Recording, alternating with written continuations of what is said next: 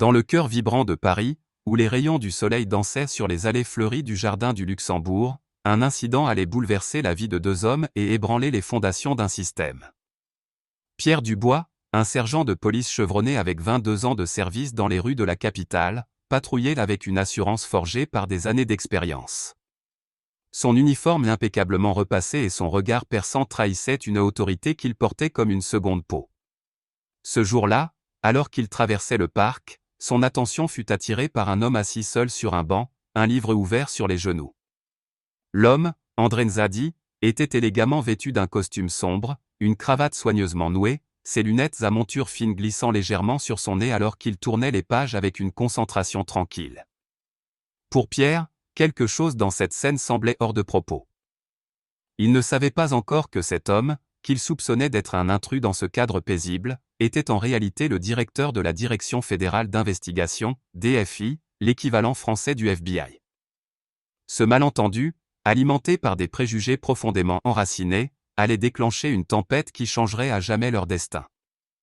Pierre s'approcha du banc, sa main posée instinctivement sur sa ceinture, à quelques centimètres de son arme. « Monsieur, je dois vérifier votre pièce d'identité », lança-t-il d'un ton sec, ses yeux scrutant André comme s'il cherchait une faille.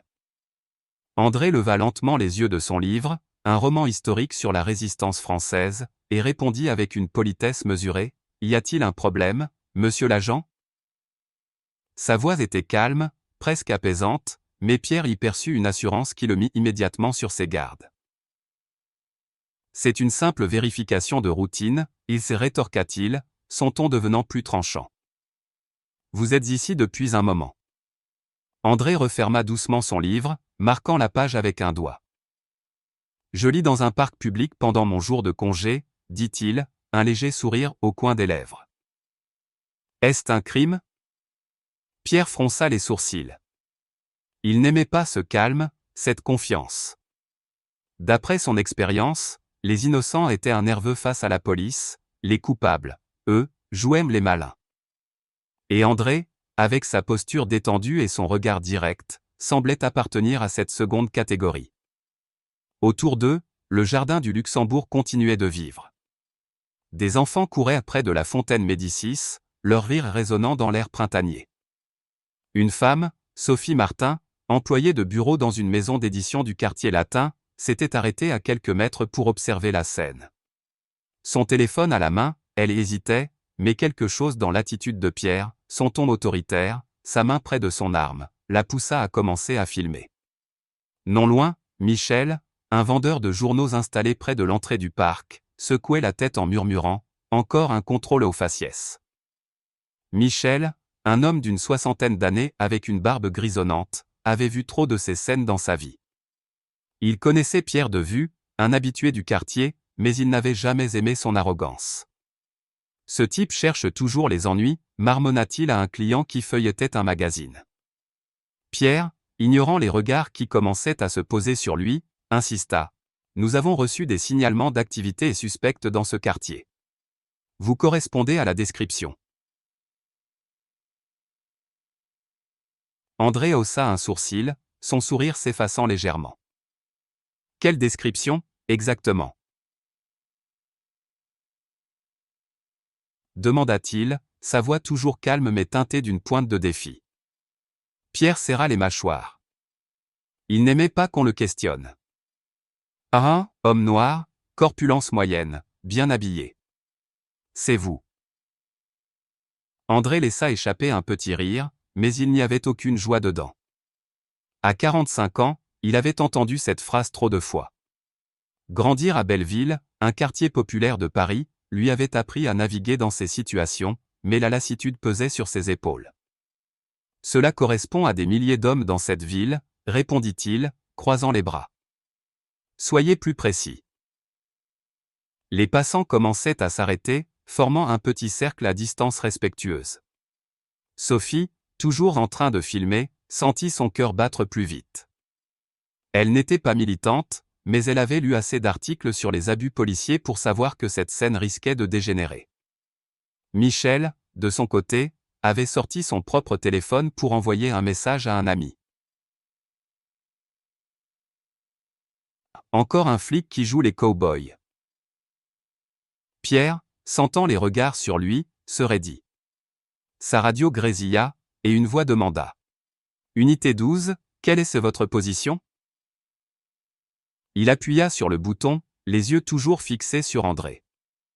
Vama, unité 12, en cours d'interrogatoire au jardin du Luxembourg. André, sans un mot, glissa lentement la main dans la poche intérieure de sa veste. Pierre posa immédiatement la main sur son arme. Doucement, aboya-t-il. André s'immobilisa, ses gestes délibérément lents. Je prends ma carte d'identité, dit-il, sa voix ferme mais sans agressivité. N'est-ce que pas ce que vous avez demandé? Il sortit un portefeuille noir, simple mais de bonne facture, et tendit son permis de conduire. Pierre le prit, jetant d'un coup d'œil rapide. André Nzadi, adresse dans le 16e arrondissement, un quartier chic. Rien d'anormal, mais Pierre sentait toujours que quelque chose clochait. Ce qu'il ne voyait pas, c'était le badge fédéral caché derrière le permis, un insigne qui aurait fait trembler n'importe quel policier. André, en tant que directeur de la DFI, passait ses journées à coordonner des opérations antiterroristes, à rencontrer le ministre de l'Intérieur, à protéger la nation. Mais pour Pierre, il n'était qu'un homme noir dans un parc, et cela suffisait à justifier ses soupçons. Monsieur Nzadi, dit Pierre en rendant le permis, que faites-vous dans la vie? André répondit simplement, je travaille pour le gouvernement. Cette réponse vague ne fit qu'attiser la méfiance de Pierre. Dans son esprit, les gens honnêtes donnaient des détails précis. Les escrocs, eux, restaient évasifs. Quel genre de travail pour le gouvernement? Insista Pierre, son ton devenant plus dur. André hésita. Dire qu'il était le directeur de la DFI dans ce contexte risquait de compliquer les choses. Pierre, déjà sur les nerfs, pourrait croire à un mensonge. Je travaille pour les forces de l'ordre, répondit-il finalement, espérant désamorcer la situation. Pierre éclata presque de rire. Les forces de l'ordre? Vraiment? Quelle agence? André soupira intérieurement. Le ministère de l'Intérieur. Dit-il, restant volontairement vague. Pierre secoua la tête, convaincu que cet homme jouait avec lui. 22 ans dans la police lui avaient appris à se méfier des réponses floues. Vous avez un badge, alors? Demanda-t-il, un sourire narquois aux lèvres. André avait un badge, bien sûr, mais il choisit de ne pas le montrer. Quelque chose dans l'attitude de Pierre, son agressivité, son mépris à peine voilé, lui disait que ce n'était pas le moment. Sophie, toujours à quelques mètres, continuait de filmer, son téléphone tremblant légèrement dans ses mains. Elle murmura à une amie à côté d'elle, Claire, une enseignante venue pique-niquer dans le parc, ce flic est hors de contrôle. Claire, une femme d'une trentaine d'années avec des lunettes rondes, acquiesça, mal à l'aise. Il devrait se calmer. Ce type n'a rien fait de mal. Michel, de son kiosque, observait la scène avec un mélange de colère et de résignation.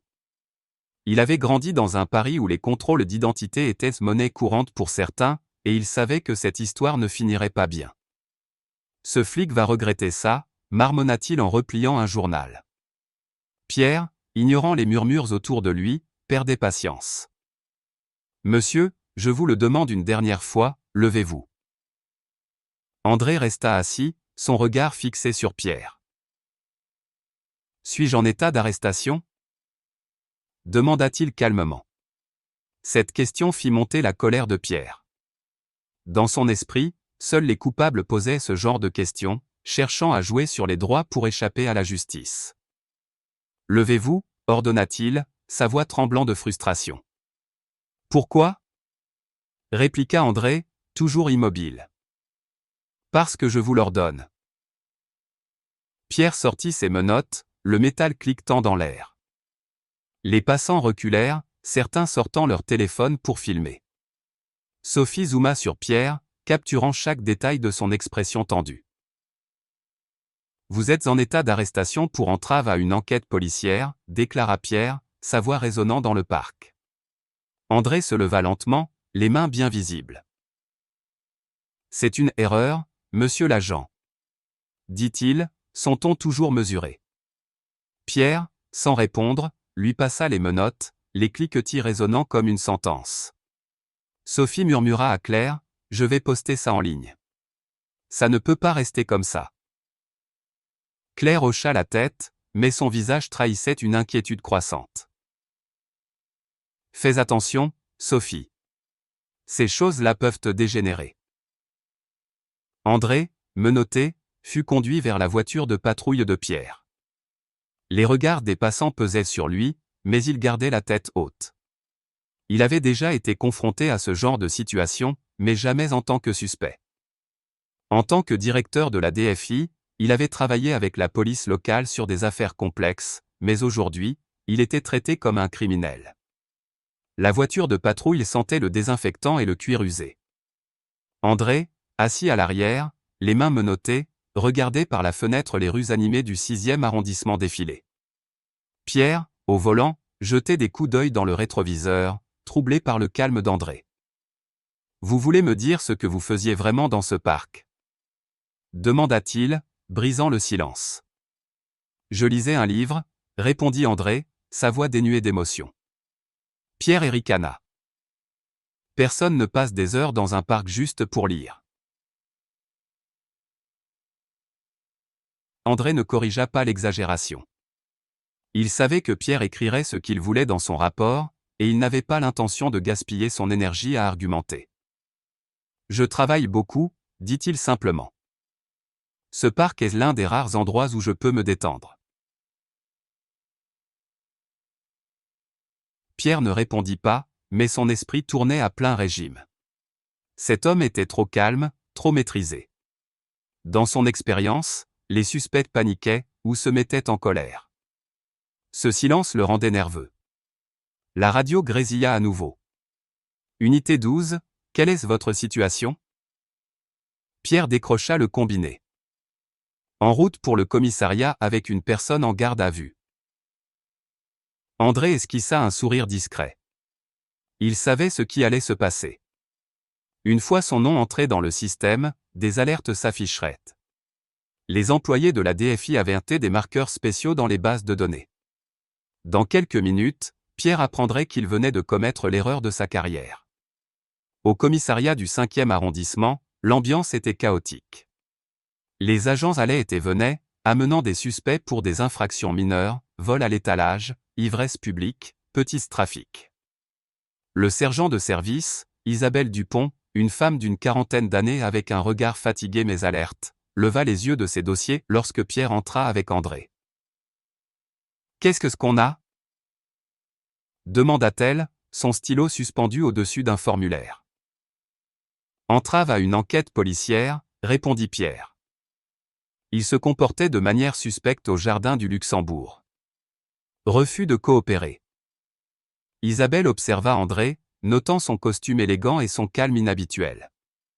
Il ne ressemblait pas aux suspects habituels. « Non ?» demanda-t-elle. « André Nzadi ?» répondit André, sa voix claire. Isabelle tapa le nom dans l'ordinateur, un système notoirement lent. « Adresse ?» André donna une adresse dans le 16e arrondissement. Isabelle haussa un sourcil. Ce n'était pas un quartier où l'on s'attendait à trouver des « suspects ». « Profession ?» continua-t-elle. André marqua une pause. « Employé fédéral », dit-il. Pierre ricana. Il prétend travailler pour la DFI ou quelque chose comme ça.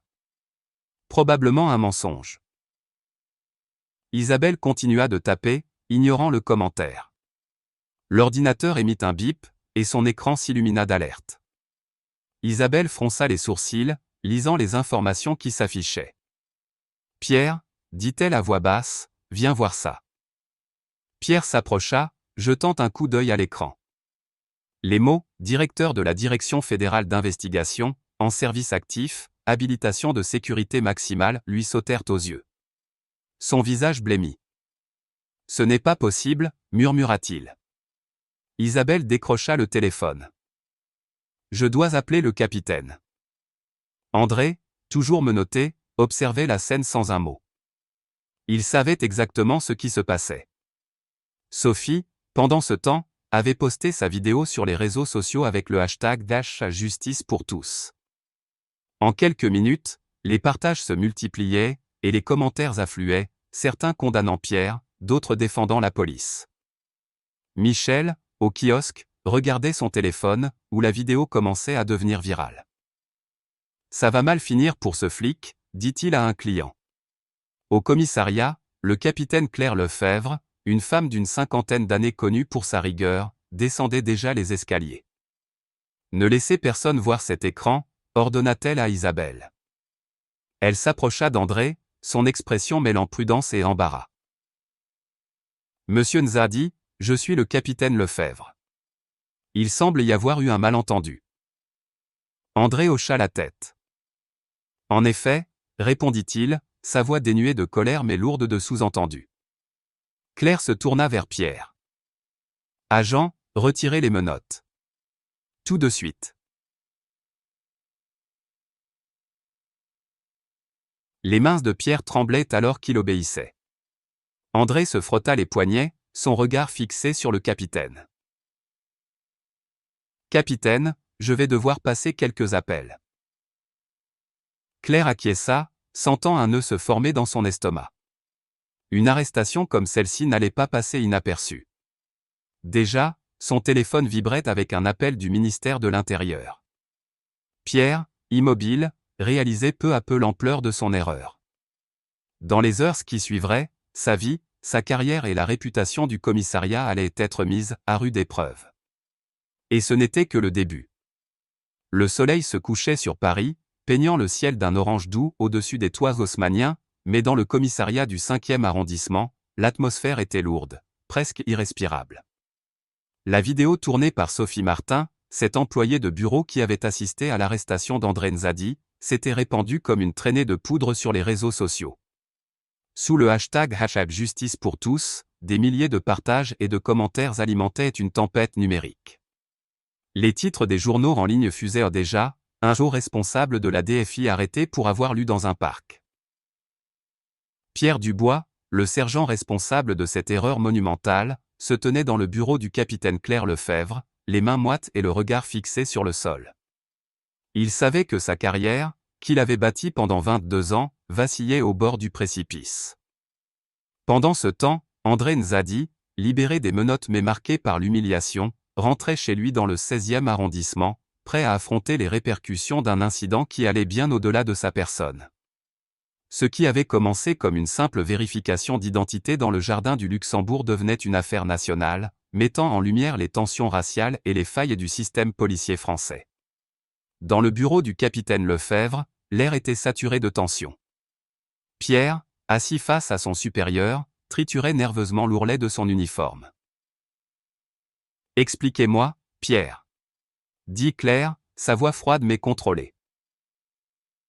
Comment en sommes-nous arrivés là?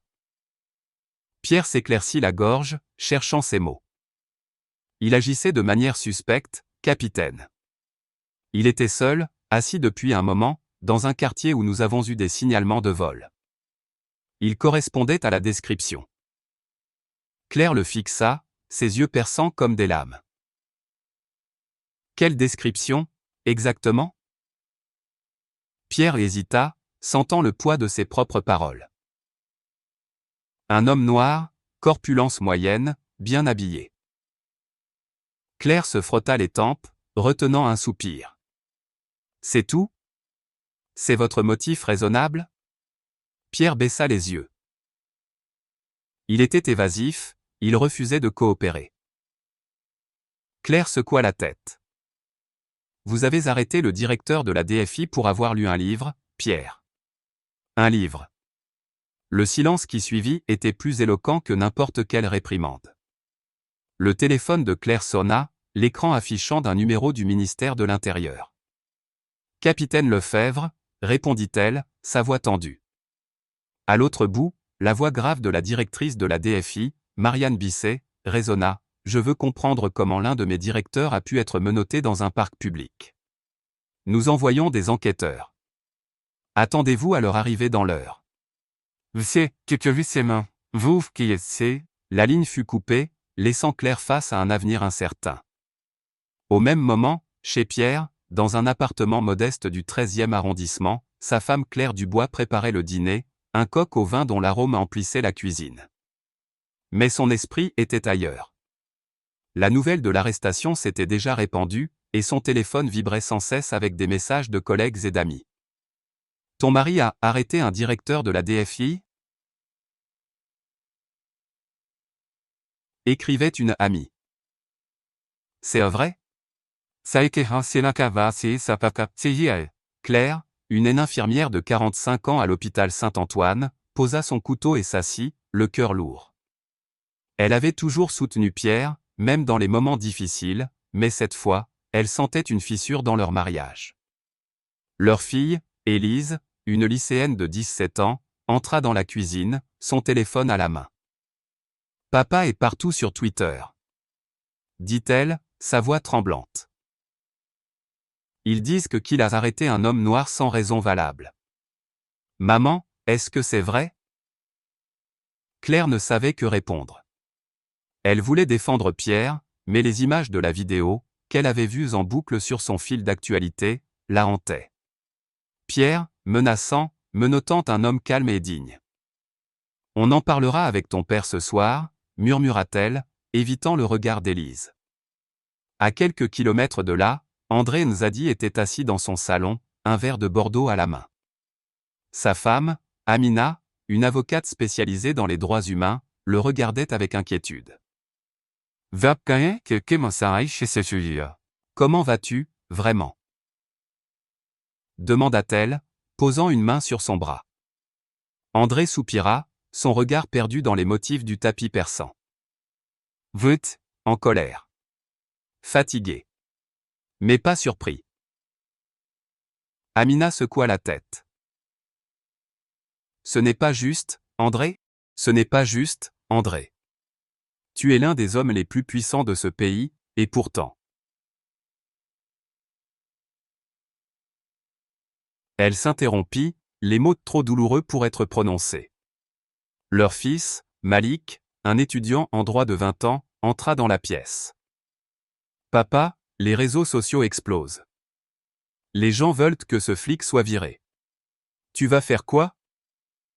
André but une gorgée de vin Teller. Je vais m'assurer que justice soit faite, répondit-il simplement.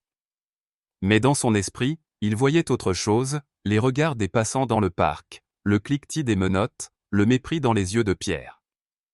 Il savait que cette affaire ne s'arrêterait pas là.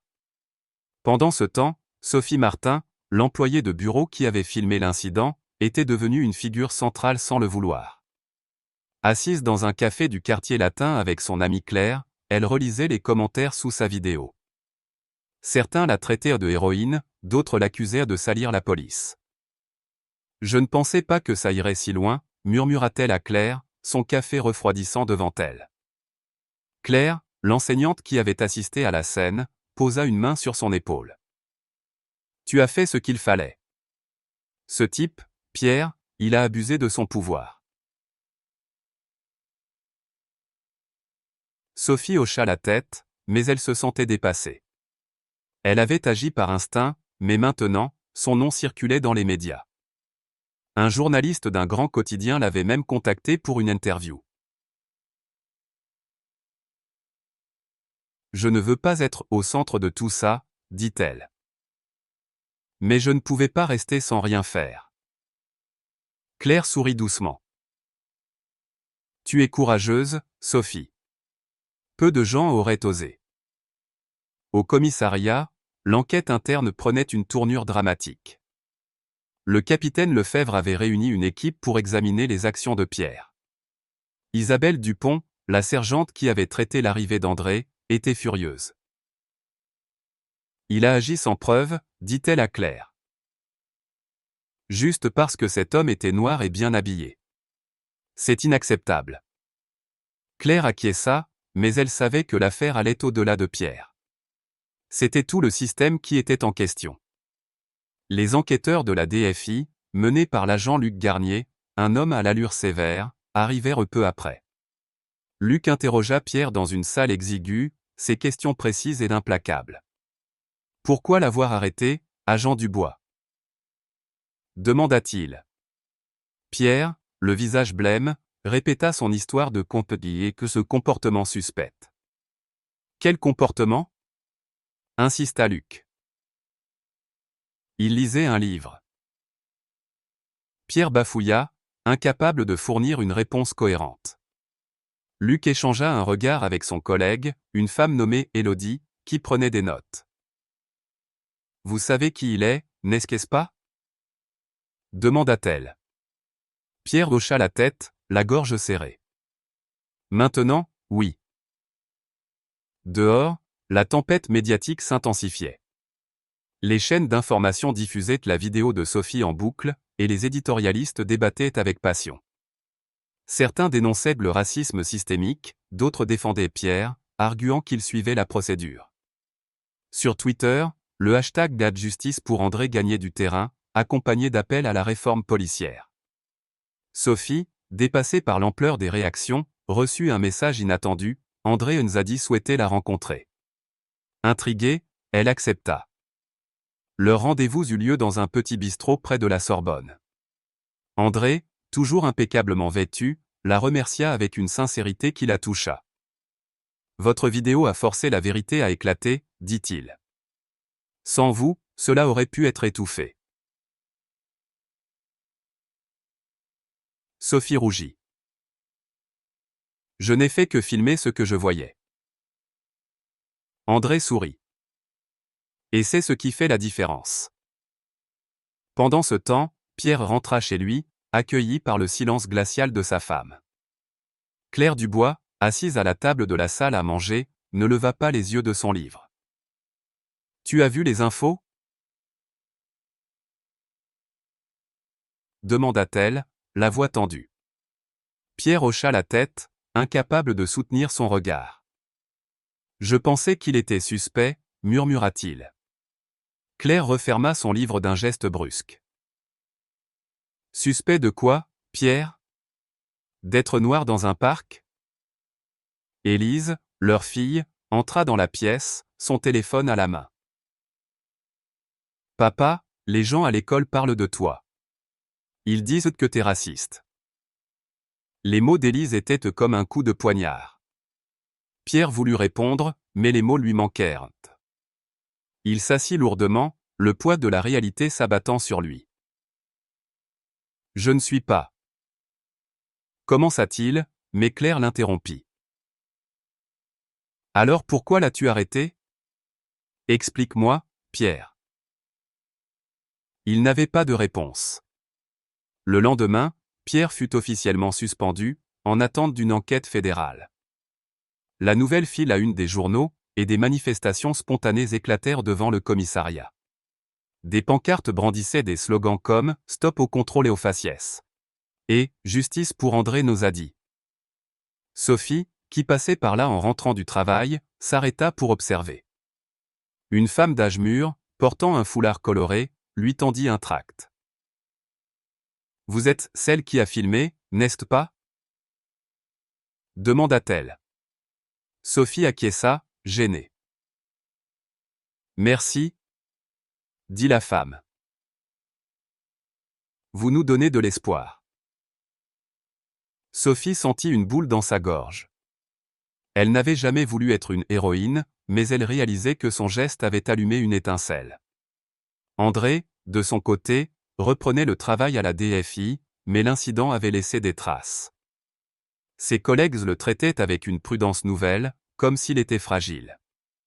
Amina, sa femme, le poussait à parler publiquement, mais il refusait. « Je ne veux pas être un symbole, » dit-il. « Je veux juste faire mon travail. » Mais le ministère de l'Intérieur avait d'autres plans. La directrice Bisset l'appela pour une réunion d'urgence. « André, cette affaire est une opportunité, dit-elle. Nous pouvons pousser pour des réformes. André acquiesça, mais son esprit était ailleurs. Il repensait à ce moment dans le parc, à la sensation des menottes sur ses poignets. Il savait que cette blessure ne guérirait pas facilement. Pendant ce temps, Pierre reçut une lettre anonyme glissée sous sa porte. Les mots, écrits en lettres majuscules, étaient menaçants: « Traître à la police, tu vas payer ». Il la montra à Claire, qui blêmit. « C'est sérieux, Pierre. Tu dois prévenir le commissariat. » Mais Pierre secoua la tête. « Ils ne feront rien. Ils me détestent déjà. » Cette nuit-là, il dormit à peine, hanté par la peur et la culpabilité. Il repensait à André, à son calme, à son regard. Il avait cru agir justement, mais il voyait maintenant combien ses préjugés l'avaient aveuglé. La vérité était brutale, et elle menaçait de tout lui prendre. Au commissariat, le capitaine Lefebvre faisait face à une tempête administrative. Le maire de Paris avait appelé, exigeant des explications. Les associations de défense des droits humains demandaient une enquête approfondie. Sophie, devenue une voix inattendue dans le débat, fut invitée à s'exprimer lors d'une table ronde télévisée. Tremblante mais déterminée, elle raconta ce qu'elle avait vu, sa voix résonnant avec une sincérité qui toucha des milliers de téléspectateurs. « Cet homme ne faisait rien de mal, dit-elle. Et pourtant, il a été traité comme un criminel. Ça doit changer. » À la fin de la journée, André reçut un appel de Sophie. « Je voulais juste m'assurer que vous alliez bien, dit-elle. » André sourit, touché par sa sollicitude. « Merci, Sophie. Grâce à vous, nous avons une chance de faire bouger les choses. »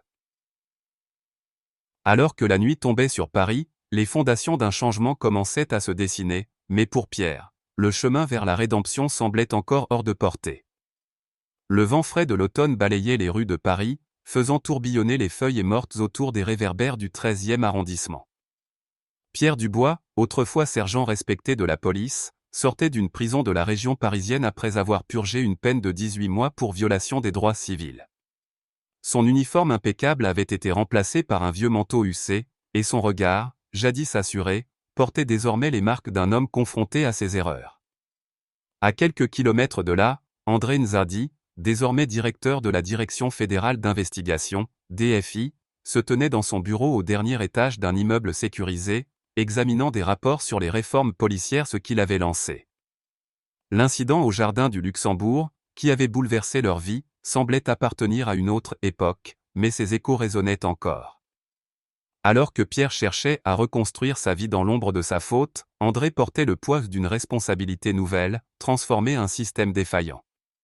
Mais un jour, un événement inattendu allait les réunir à nouveau, offrant à chacun une chance de rédemption et de compréhension. Pierre descendit du bus qu'il avait ramené à Paris, un sac de toile contenant ses maigres possessions, quelques vêtements, un livre sur les préjugés implicites, et une lettre froissée de sa fille, Élise.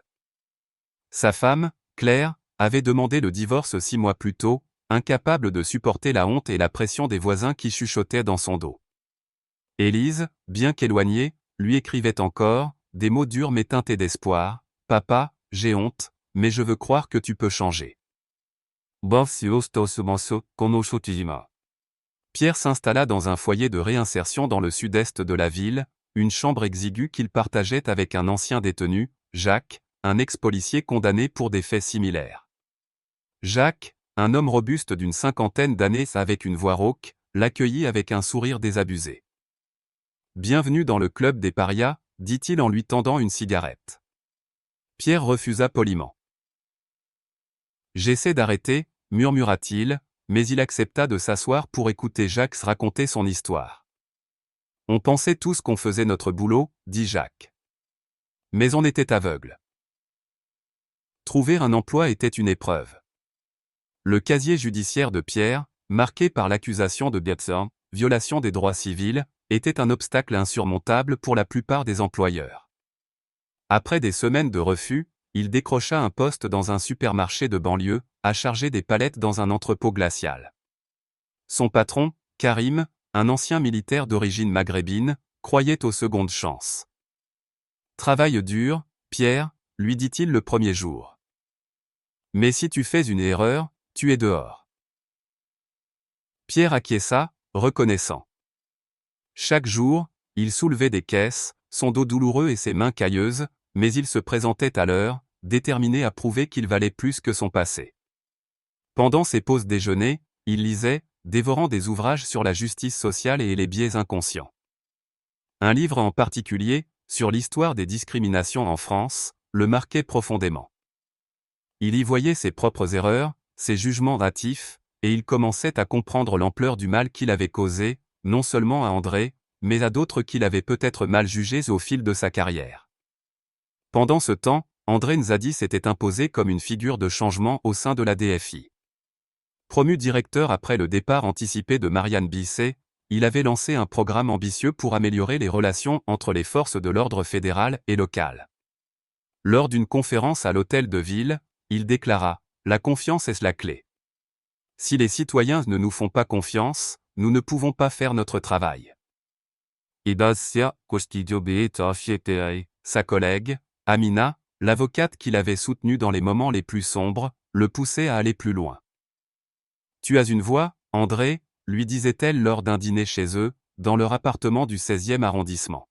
« Utilise-la pour changer les choses, pas seulement pour toi, mais pour tous ceux qui vivent ce que tu as vécu. » Leur fils, Malik, désormais stagiaire dans un cabinet d'avocats, acquiesçait.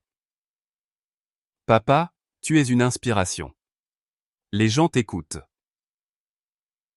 André souriait, mais au fond de lui, il ressentait encore la douleur de ce jour au jardin du Luxembourg. Il ne voulait pas être un symbole, mais il acceptait le rôle que l'histoire lui avait imposé.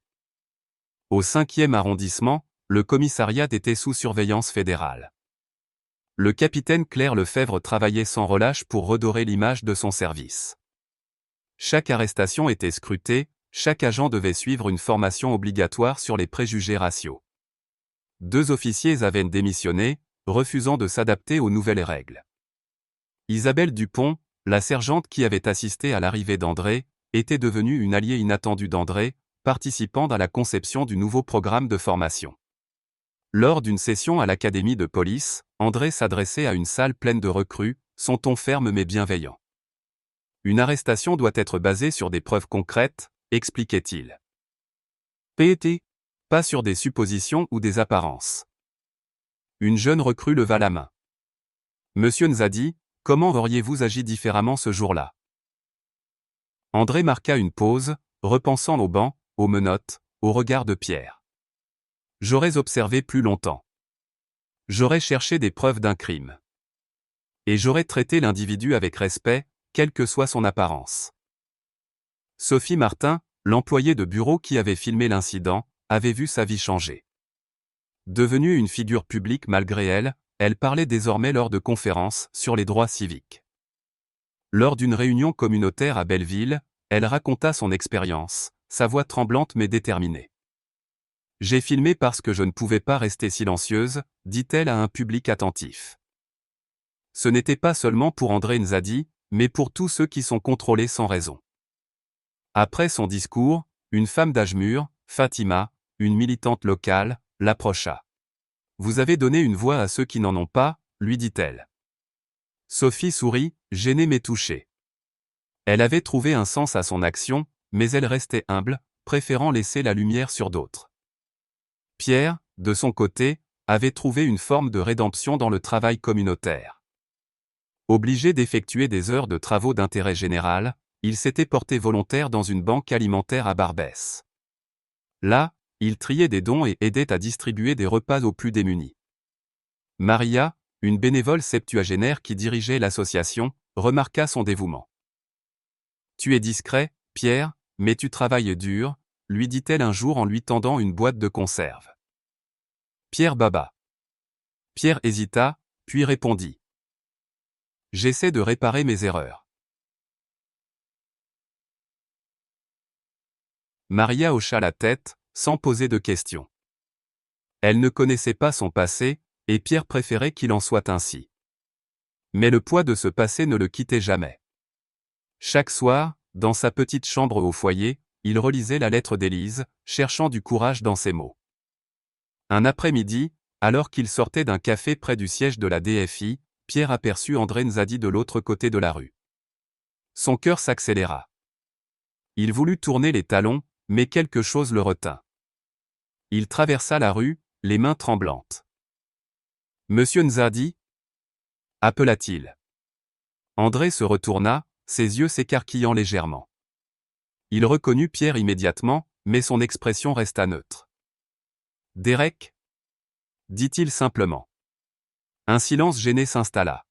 « Je voulais m'excuser encore » dit Pierre, sa voix rauque.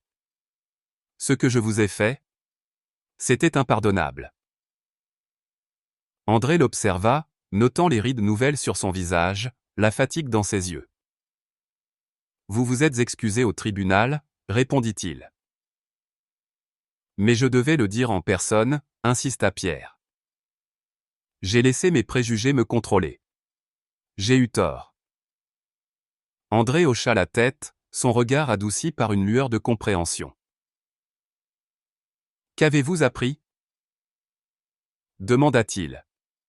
Pierre réfléchit, les mots pesant lourd. « Que j'ai passé ma carrière à voir des ennemis là où il n'y en avait pas. Que j'étais le problème, pas la solution. » André esquissa un sourire. « C'est un début, Derek. » Ils restèrent un moment sur le trottoir, les bruits de la ville emplissant le silence. « Je travaillais dans un entrepôt maintenant, ajouta Pierre. Et à la banque alimentaire. J'essaie d'aider au lieu de faire du mal. » André hocha la tête. « Continuez, dit-il. C'est tout ce qu'on peut faire. » Pierre s'éloigna, un mélange de soulagement et de tristesse dans le cœur. Il avait affronté l'homme qui l'avait blessé, mais le chemin vers le pardon était encore long. Quelques semaines plus tard, Pierre reçut une lettre inattendue du bureau d'André Nzadi. Elle l'invitait à participer à un programme de formation pour les nouvelles recrues de la police, axé sur les droits civils et les procédures éthiques. Compte tenu de votre expérience unique, disait la lettre, votre perspective pourrait être précieuse. Pierre lut la lettre 3 fois, incrédule. Ce n'était pas un pardon, mais une chance de transformer son erreur en quelque chose de constructif. Il composa le numéro indiqué, la voix tremblante. Division de la formation de la DFI, agent Martinez à l'appareil, répondit une voix. Bonjour, je suis Pierre Dubois. J'ai reçu votre lettre. Une pause. Élise vous intéressait ? Pierre regarda par la fenêtre, les lumières de Paris scintillant dans la nuit. Oui, yes, répondit-il.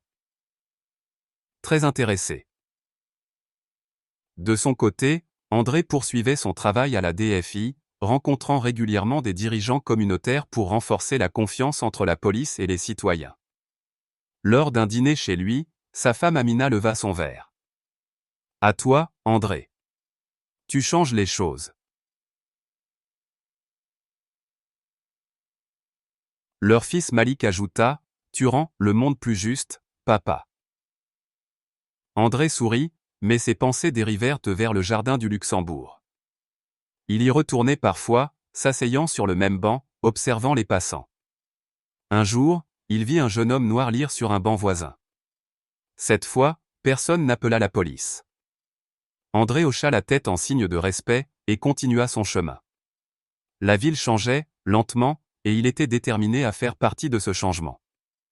Pierre, quant à lui, assistait à une réunion hebdomadaire d'un groupe de soutien pour anciens policiers condamnés, dans le sous-sol d'une église de Montmartre. La responsable, une psychologue nommée Patricia, encourageait les membres à partager leurs progrès. « Derek, et toi ?» demanda-t-elle. Pierre prit une profonde inspiration. « J'ai aidé un jeune à trouver un boulot cette semaine. Et j'ai parlé avec André Nzadi. Il m'a offert une chance de former des recrues. » Les autres membres échangèrent des regards surpris. « B. C'est énorme. » dit Jacques, son compagnon de foyer. « Tu vas le faire ?» Pierre acquiesça. Je ne peux pas effacer le passé, mais je peux essayer de faire mieux. Patricia sourit. 20. La rédemption, c'est choisir de faire mieux, Derek. Des mois plus tard, Pierre se tenait devant une classe de recrues à l'académie de police, son cœur battant à tout rompre. André l'avait présenté, son ton neutre mais confiant.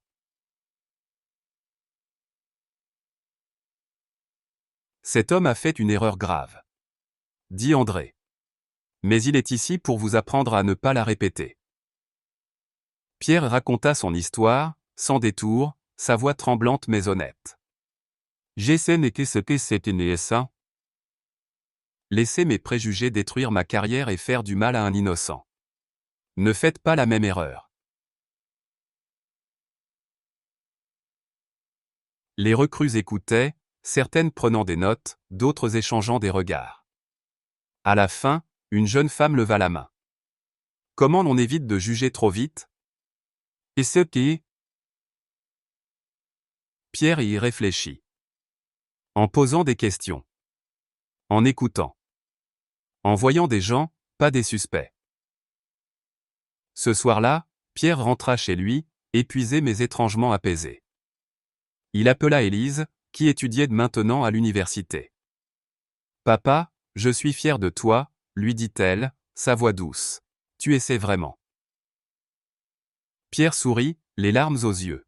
« J'essaye, ma chérie. » À l'autre bout de la ville, André terminait une réunion avec des militants communautaires. En rentrant chez lui, il passa par le jardin du Luxembourg. Le banc était vide, mais les souvenirs restaient. Il savait que le chemin était long, mais pour la première fois, il sentait que Paris, comme lui, pouvait changer. Et quelque part, dans l'ombre, Pierre Dubois marchait dans la même direction, un pas à la fois. Cette histoire poignante, ancrée dans les rues vibrantes de Paris, met en lumière une réalité complexe et universelle. Les préjugés peuvent aveugler même les plus expérimentés, et leurs conséquences peuvent transformer des vies. L'arrestation injuste d'André Nzadi par Pierre Dubois dans le jardin du Luxembourg révèle non seulement les failles d'un système, mais aussi la capacité humaine à reconnaître ses erreurs et à chercher la rédemption. En tant que Français, nous valorisons la justice, l'égalité et la fraternité, mais cette histoire nous rappelle que ces idéaux ne sont pas toujours appliqués. Le comportement de Pierre, guidé par des stéréotypes inconscients, reflète un problème plus large dans notre société, où les apparences dictent trop souvent les jugements. Pourtant, son parcours vers la rédemption, à travers le travail communautaire et l'acceptation de ses fautes, montre que le changement est possible. André, de son côté, incarne la résilience et la responsabilité, utilisant son expérience pour pousser des réformes nécessaires, prouvant que le pouvoir peut être un levier pour le bien commun. La leçon essentielle ici est l'importance de l'introspection. Comme Pierre, nous devons tous examiner nos préjugés, souvent invisibles, qui influencent nos décisions. Dans la vie quotidienne, cela signifie écouter avant de juger, poser des questions plutôt que de supposer, et traiter chaque individu avec respect, quelle que soit son apparence. En France, où la diversité est une richesse, nous devons cultiver une culture de dialogue et d'ouverture. Sophie, en filmant l'incident, nous enseigne le courage d'agir face à l'injustice, même lorsque c'est inconfortable. Pour appliquer ces leçons, nous pouvons commencer par de petits gestes. S'informer sur les enjeux sociaux, soutenir des initiatives communautaires, ou simplement engager des conversations honnêtes avec ceux qui nous entourent. Le changement commence par nous. Si cette histoire vous a touché, partagez-la pour inspirer d'autres à réfléchir sur leurs propres actions.